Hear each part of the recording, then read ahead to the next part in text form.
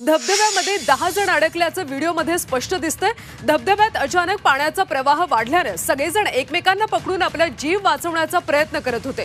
बाहेरच्या काही नागरिकांनीही त्यांना वाचवण्याचा प्रयत्न केला, मात्र पाण्याच्या प्रवाहासमोर हे सगळे टिकू शकले नाही, त्यामुळे सगळेच जण वाहून गेले।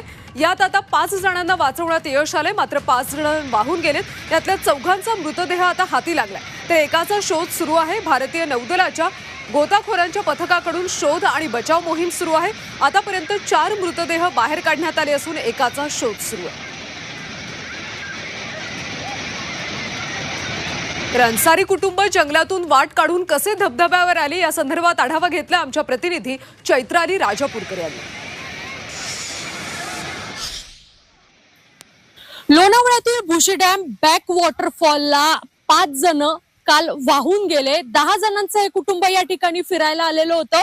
मात्र आपण जर पाहायला गेलं तर या धबधब्याकडे जाणारा हा मार्ग आहे, संपूर्ण हे जंगल परिसर आपण पाहतोय।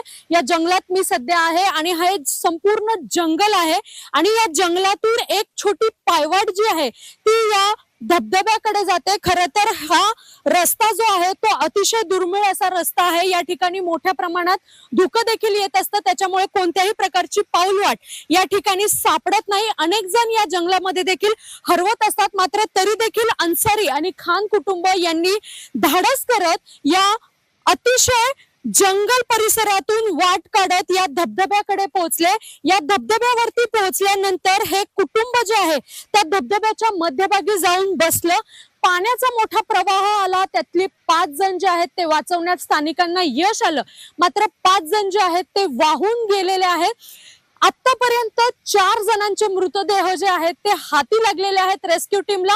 एक मृतदेह अजूनही मिळालेला नाही, त्याचं सर्च ऑपरेशन अजूनही सुरू आहे। मात्र या अवघड अशा वाटेतून हे लोक जे आहेत या धबधब्याकडे आले, नको ते धाडस त्यांनी केलं आणि त्यामुळेच ही दुर्घटना घडली।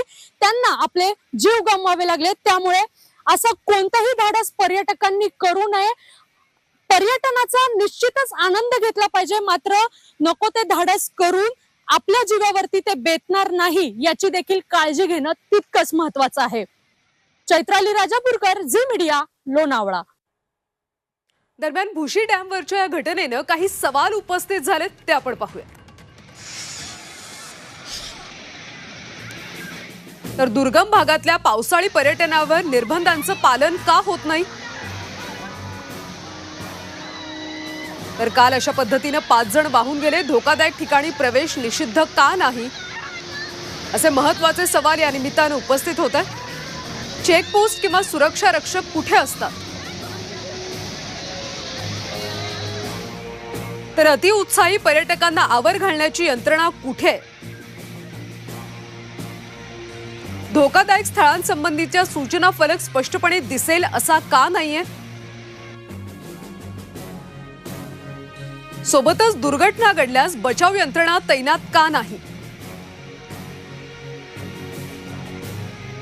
पोलीस यंत्रणेवरचा ताण कमी करण्याच्या दृष्टिकोनातून उपाययोजना का राबवण्यात येत नाहीत? असे अनेक सवाल या निमित्ताने उपस्थित होत आहेत।